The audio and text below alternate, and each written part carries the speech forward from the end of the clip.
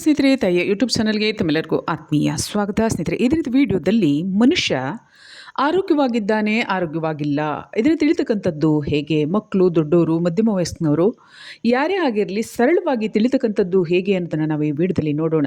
Video ಇಷ್ಟ like ಮಾಡಿ, share ಮಾಡಿ, ಕಮೆಂಟ್ ಮಾಡಿ, ಚಾನಲ್ಗೆ ಸಬ್ಸ್ಕ್ರೈಬ್ ಆಗಿ ಅಂತ ಹೇಳ್ತಾ ಈ ವಿಡಿಯೋನ ಮುಂದುವರಿಸುವ ಮುಂಚೆ ಯಂತ್ರ ಮಂತ್ರ ತಂತ್ರಕ್ಕೆ ಸಂಬಂಧಪಟ್ಟಂತೆ, ಕುಂಡಲಿ ಶಕ್ತಿ ಜಾಗೃತಿ ಸಂಬಂಧಪಟ್ಟಂತೆ, ಯೋಗ ಧ್ಯಾನ ಮುದ್ರಾಭ್ಯಾಸಕ್ಕೆ ಸಂಬಂಧಪಟ್ಟಂತೆ, ವಾಮಾಚಾರ ಸಮಸ್ಯೆಗಳು ಮನೆಗಾಗಿರ್ಬೋದು, ಮನುಷ್ಯಗಾಗಿರ್ಬೋದು, ವೃತ್ತಿಗಾಗಿರ್ಬೋದು, ಜೀವನಕ್ಕಾಗಿರ್ಬೋದು, ಅಂದರೆ ಮದುವೆಗಾಗಿರ್ಬೋದು ಇತ್ಯಾದಿ ವ್ಯವಹಾರಗಳಲ್ಲಾಗಿರ್ಬೋದು ಸಮಸ್ಯೆಗಳಿದ್ದಂಥ ಪಕ್ಷದಲ್ಲಿ 6364205078 ಈ ನಂಬರ್ಗೆ ಕರೆ ಮಾಡಿ ಕನ್ಸಲ್ಟೇಷನ್ ತೊಗೊಂಡು ಮಾತನಾಡ್ಬೋದು.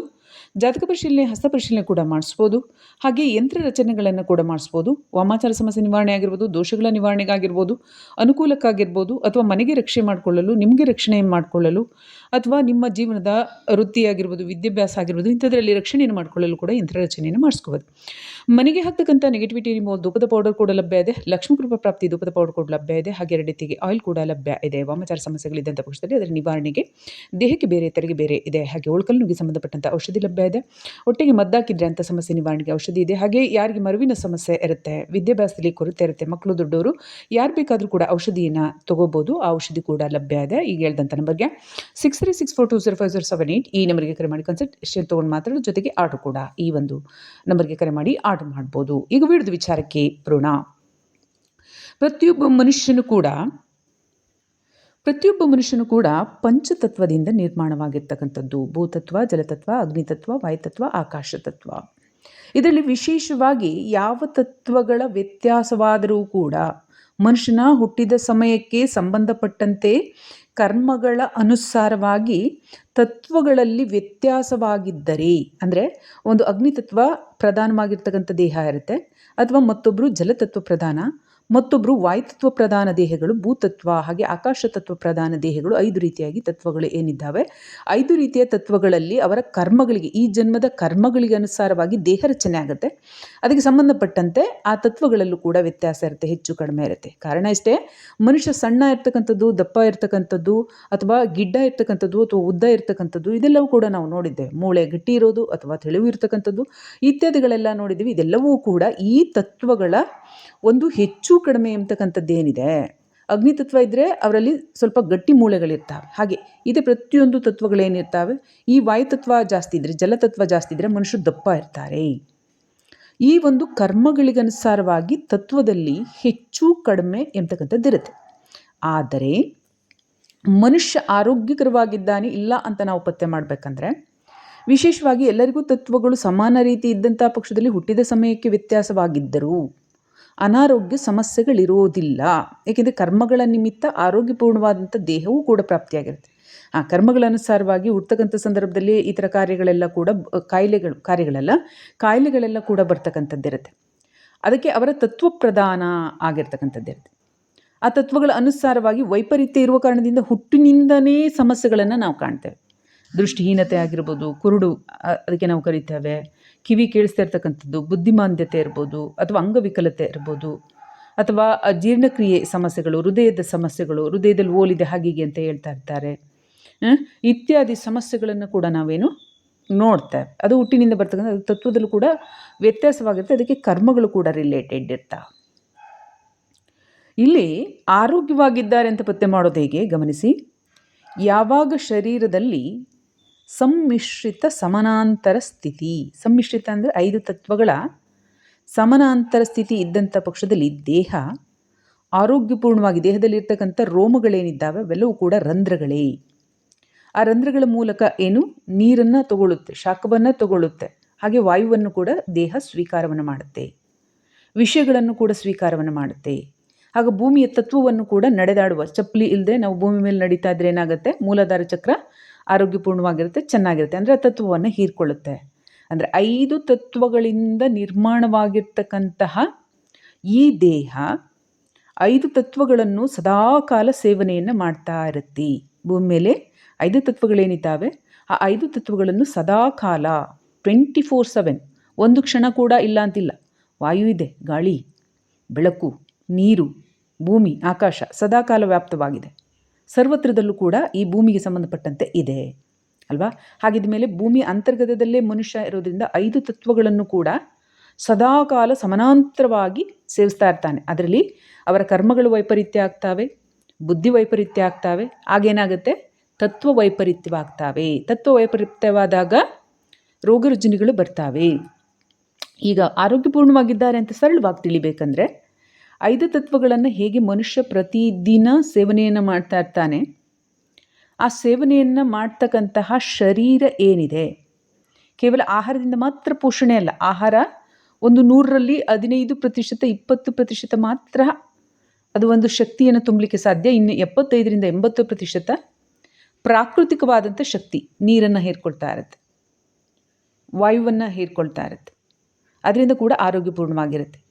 ಯಾವಾಗ ಮನುಷ್ಯನಲ್ಲಿ ಸರಳವಾಗಿ ಹೇಳಬೇಕಂದ್ರೆ ಈ ರಂಧ್ರಗಳು ಏನು, ರೋಮದ ರಂಧ್ರಗಳೇನಿದ್ದಾವೆ ಅವು ಬ್ಲಾಕ್ ಆಗಿರಲ್ಲ, ಮುಚ್ಕೊಂಡಿರೋದಿಲ್ಲ, ಆರಾಮಾಗಿ ವಾಯು ಸೇವನೆಯನ್ನು ಮಾಡ್ತಾವೆ. ಅಂದರೆ ಮನುಷ್ಯ ಚೆನ್ನಾಗಿ ಉಸಿರಾಡ್ತಾನೆ. ಹಾಗೆಯೇ ಆ ವಾಯುವಿನ ಮೂಲಕ ಶೈತಾಂಶವನ್ನು ಕೂಡ ಸೇವನೆ ಮಾಡ್ತಾನೆ. ನೀವು ಗಮನಿಸಬೇಕಾದ್ರೆ ಯಾರಾದರೂ ನೀರು ಕಡಿಮೆ ಸೇವನೆ ಮಾಡಿರ್ತಾರೆ, ಆದರೆ ಅವರಿಗೆ ಅಗತ್ಯವಾದಂಥ ನೀರು ಲಭ್ಯ ಆಗ್ತಾ ಇರುತ್ತೆ.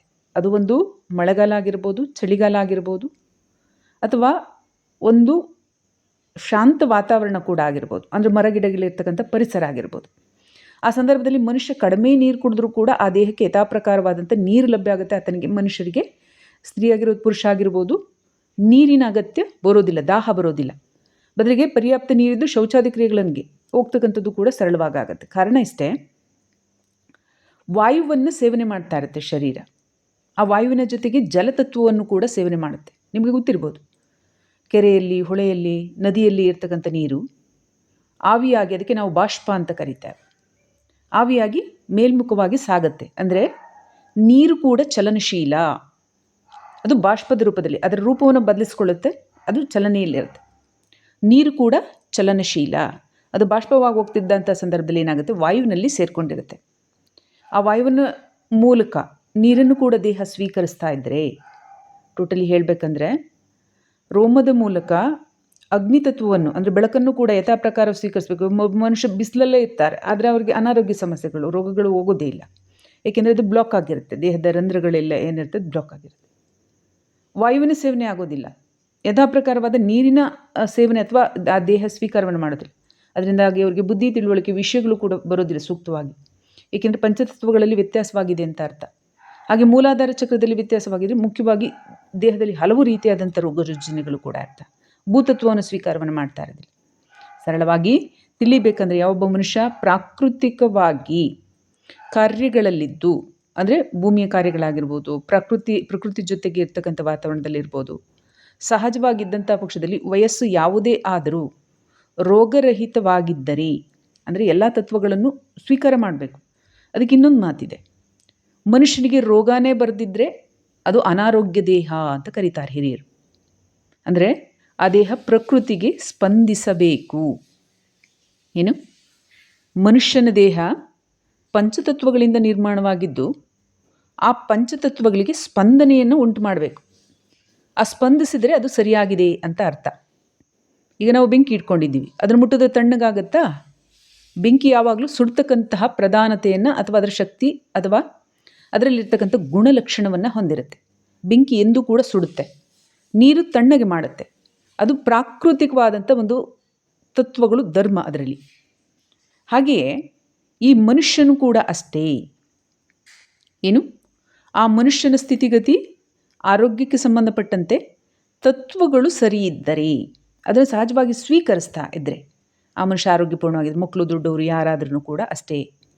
ನೀವೀಗ ಗಮನಿಸ್ತಕ್ಕಂಥದ್ದೇನು, ನೀವು ಅನಾರೋಗ್ಯವಾಗಿದ್ದೀರಾ ಅಂದರೆ ಏನು, ನಿಮ್ಮ ದೇಹದಲ್ಲಿ ಈ ದೇಹದಾದ್ಯಂತ ಇರ್ತಕ್ಕಂತಹ ರೋಮದ ರಂಧ್ರಗಳೇನಿದ್ದಾವೆ, ರೋಮ, ಈಗ ತಲೆ ಕೂದಲಲ್ಲಿ ಬೆವರು ಬರುತ್ತೆ, ತಲೆಯಲ್ಲಿ ಅಲ್ಲಿ ರಂಧ್ರ ಇರೋದಕ್ಕೆ ಬೆವರು ಬರೋದು.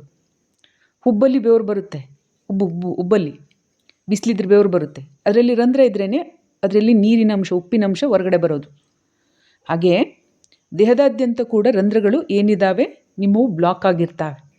ಅಂದರೆ ಆ ಚರ್ಮ ಒಣಗುವಿಕೆ ಆಗಿರ್ಬೋದು, ಶುಷ್ಕ ಆಗ್ತಕ್ಕಂಥದ್ದು ಅಂತ ನಾವೇನು ಕರಿತೇವೆ, ಅಥವಾ ಚರ್ಮ ಮಲಿನ ಆಗಿರ್ತಕ್ಕಂಥದ್ದು, ಚರ್ಮ ಕೀಟಾಣುಗಳಿಂದ ಸುತ್ತು, ಅಂದರೆ ಸೆಲ್ಗಳು ಪ್ರತಿ ಕ್ಷಣ ಹುಡ್ತಾ ಇರ್ತವೆ, ಸಾಯ್ತಾ ಇರ್ತವೆ ದೇಹದಲ್ಲಿ.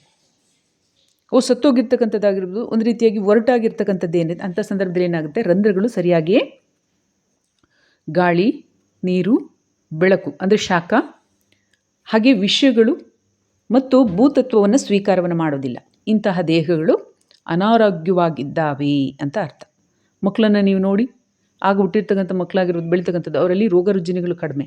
ಏಕೆಂದರೆ ಅವರು ಈ ಒಂದು ಭೂಮಿಯ ಮಾಲಿನ್ಯದಲ್ಲಿ, ಅಂದರೆ ಭೂಮಾಲಿನ್ಯ, ಜಲಮಾಲಿನ್ಯ, ಹೀಗೆ ಅಗ್ನಿ ಮಾಲಿನ್ಯ ಕೂಡ, ಬೆಳಕಿಗೂ ಕೂಡ ಕಷ್ಟನೇ. ಡೆಲ್ಲಿ ನೋಡಿದ್ರೆ ನಿಮ್ಗೆ ಗೊತ್ತಾಗ್ಬಿಡುತ್ತೆ.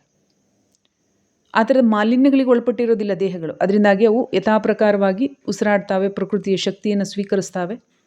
ಹಾಗಾಗಿ ಮಕ್ಕಳು ಚೆನ್ನಾಗಿ ಆಟ ಆಡೋದು, ಬೆಳವಣಿಗೆ ಇರುತ್ತೆ. ಅದು ಆರೋಗ್ಯ ಸ್ಥಿತಿ. ಇದನ್ನು ನೀವು ಗಮನಿಸಬೇಕಾದ್ದೇನು, ನಿಮ್ಮ ಶಾರೀರಿಕ ಆ ಪಂಚತತ್ವವನ್ನು ಸ್ವೀಕರಿಸ್ತಕ್ಕಂತಹ ದೇಹದ ಅಂಗಾಂಗಗಳ ರಂಧ್ರಗಳೇನಿದ್ದಾವೆ ಅವುಗಳನ್ನು ಒಟ್ಟಾರೆಯಾಗಿ ದೇಹವನ್ನು ಶುಚಿತ್ವವಾಗಿ ಇಡ್ತಕ್ಕಂಥದ್ದು.